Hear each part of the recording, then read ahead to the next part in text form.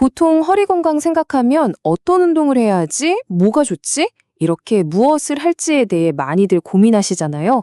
그런데 사실 척추 건강의 진짜 비밀은요, 어떻게 움직이는지 바로 그 방식에 숨어 있습니다. 오늘 이 시간에는 바로 그 결정적인 차이, 그 비밀 언어를 함께 파헤쳐보겠습니다. 자, 바로 이 두 가지 움직임의 차이인데요. 왼쪽은 보세요. 척추 전체가 그냥 하나의 딱딱한 통나무처럼 뻣뻣하게 움직이죠? 이게 바로 블록 움직임입니다. 그런데 오른쪽은, 와, 이건 완전 다르죠? 마치 진주알 하나하나가 실을 따라서 또르륵 굴러가듯이 척추 마디마디가 순서대로 움직이는 분절 움직임입니다. 느낌이 확 다르죠?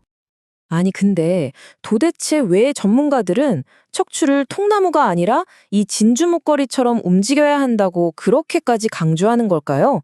그냥 유연하면 좋은 거 아닌가? 왜 이 둘의 차이가 그렇게나 중요할까요? 바로 이 질문이 오늘 우리가 풀어야 할 핵심 미스터리입니다. 좋습니다. 그럼 첫 번째 파트로 들어가서 이 통나무와 진주 목걸이 두 움직임의 근본적인 차이가 대체 뭔지 본격적으로 한번 파헤쳐보죠.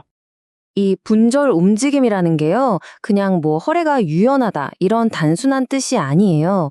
우리 척추를 이루는 24개가 넘는 뼈 하나하나를요, 마치 별개의 구슬처럼 인식하고 맨 위에서부터 아래까지 순서대로 아주 정교하게 조절하는 능력을 말하는 겁니다. 뻣뻣한 막대기가 아니라 부드러운 사슬의 움직임을 상상하시면 딱 맞아요. 자, 그럼 이 분절 움직임이 왜 그렇게까지 중요할까요? 지금부터 척추 건강과 직결된 아마 많은 분들이 처음 들어보셨을 법한 세 가지 핵심 비밀을 하나씩 공개하겠습니다. 첫 번째 비밀은 바로 생존입니다. 네? 생존이요? 네, 맞습니다. 이게 그냥 뭐 하면 좋은 움직임? 이 정도 수준이 아니라 말 그대로 우리 척추 디스크에 생사가 걸린 문제라는 거죠. 여기 정말 놀랍고도 중요한 사실이 하나 있는데요. 우리 척추뼈랑 뼈 사이에 쿠션처럼 들어있는 디스크 있잖아요. 거기에 혈관이 단 하나도 없습니다. 아니 그럼 얘는 대체 뭘 먹고 살죠? 수도가 없는 집이랑 똑같은 거잖아요. 바로 이 지점에서 분절 움직임이 정말 기가 막힌 역할을 합니다.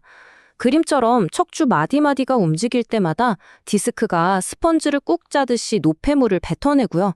다시 이완될 때 신선한 영양분이랑 수분을 쫙 하고 빨아들이는 거예요. 이게 바로 스펀지 펌프 원리입니다. 그러니까 움직여야 산다. 이 말이 디스크한테는 그냥 비유가 아니었던 거죠. 과학 그 자체였던 겁니다. 자, 두 번째 비밀로 넘어가 볼까요? 그건 바로 진짜 힘입니다. 근데 여기서 말하는 힘은요, 우리가 흔히 아는 식스팩 같은 겉근육 얘기가 아니에요. 우리 몸 가장 깊숙한 곳에서 척추를 딱 잡아주는 진짜 배기 코어의 힘을 말하는 겁니다. 여기 보시면 차이가 확 보이죠? 식스팩 같은 표면 근육은 몸통을 그냥 통째로 움직이는 데는 힘이 아주 세요. 근데 척추뼈를 하나하나 정말 섬세하게 조절하는 건 못하거든요. 그 미세한 컨트롤은 오직 척추뼈에 딱 달라붙어 있는 이 작은 심부 안정근, 그러니까 속근육들만 할 수 있는 일인 거죠. 저는 이 비유가 정말 와닿았더라고요. 척추 분절 훈련은 겉으로 보이는 건물의 화려한 외벽을 닦는 게 아니라 보이지 않는 깊은 곳에서 충격을 흡수하는 건물의 내진 설계 시스템을 활성화시키는 것과 같다는 거예요. 겉모습이 아닌 진짜 기능적인 안정성을 만드는 거죠. 자, 그리고 마지막 세 번째 비밀입니다. 이건 바로 우리 몸의 스마트한 설계에 대한 이야기인데요. 사실 이 척추 분절이라는 게 우리 몸이 통증을 예방하기 위해 스스로 만들어낸 가장 지능적인 시스템이라고 할 수 있습니다. 이 그래프를 보시면 그냥 한 방에 이해가 되실 거예요. 왼쪽에 높은 빨간 막대 좀 보세요. 척추가 통나무처럼 뻣뻣하게 움직이면 모든 무게와 충격이 저렇게 허리, 즉 요추 한 군데에 그냥 다 쏠리는 겁니다. 하지만 오른쪽에 여러 낮은 녹색 막대들처럼 마디마디 분절하며 움직이면 그 부담이 척추 전체에 골고루 아주 아름답게 분산되죠. 짐을 한 명이 다 드는 거랑 24명이 같이 나눠 드는 거랑 뭐가 더 안전하겠어요? 당연한 거죠. 자, 지금까지 왜 분절이 중요한지 알아봤으니까 이제 여러분이 제일 궁금해하실 어떻게 할 것인가 이걸 좀 살펴볼 시간입니다. 필라테스의 롤다운 동작을 예시로 들어서 이 원리가 실제 움직임에서 어떻게 구현되는지 한번 뜯어보겠습니다. 롤다운 과정을 비행기 여정이라고 한번 상상해 볼게요. 자, 이륙합니다. 머리와 윗등부터 부드럽게 움직임을 시작하고요. 그 다음 순항 단계에 접어들면서 등 중앙부가 순서대로 바닥에 닿습니다. 그리고 마지막 가장 섬세한 조종이 필요한 착륙 단계에서 허리를 부드럽게 컨트롤하는 거죠. 아니 근데 왜 유독 이 마지막 착륙이 그렇게 어려울까요? 왜 허리가 쿵 하고 떨어질까요? 그 비밀이 바로 이 편심성 조절 능력에 있습니다. 말이 좀 어렵죠? 쉽게 말해서요. 중력이 우리 몸을 바닥으로 확 잡아당길 때 깊은 속근육들이 브레이크를 밟듯이 버텨주면서 천천히 늘어나는 능력이에요.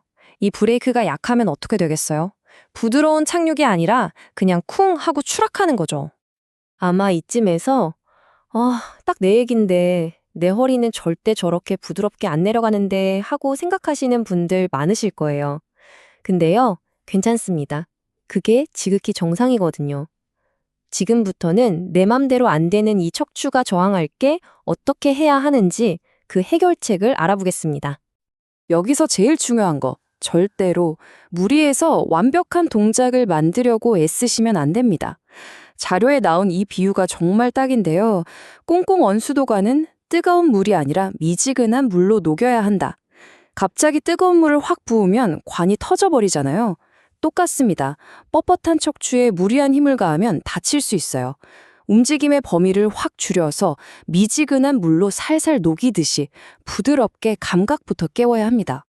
자, 여기서 오늘 이야기의 가장 중요한 뭐랄까 아하 하는 순간이 나옵니다. 바로 완벽한 움직임보다 그 움직임을 느끼는 감각을 깨우는 게 먼저라는 거예요. 그럼 그 잠든 감각은 어떻게 깨우냐고요? 가장 강력한 도구가 바로 정신적 이미지, 즉 큐잉입니다. 내가 어떻게 상상하느냐에 따라 실제 몸의 움직임이 완전히 달라질 수 있다는 거죠. 그러니까 그냥 허리 내리세요가 아니라 이런 상상을 해보는 거예요. 내 갈비뼈를 바닥에 도장 찍듯이 하나씩 꾹꾹 눌러보세요.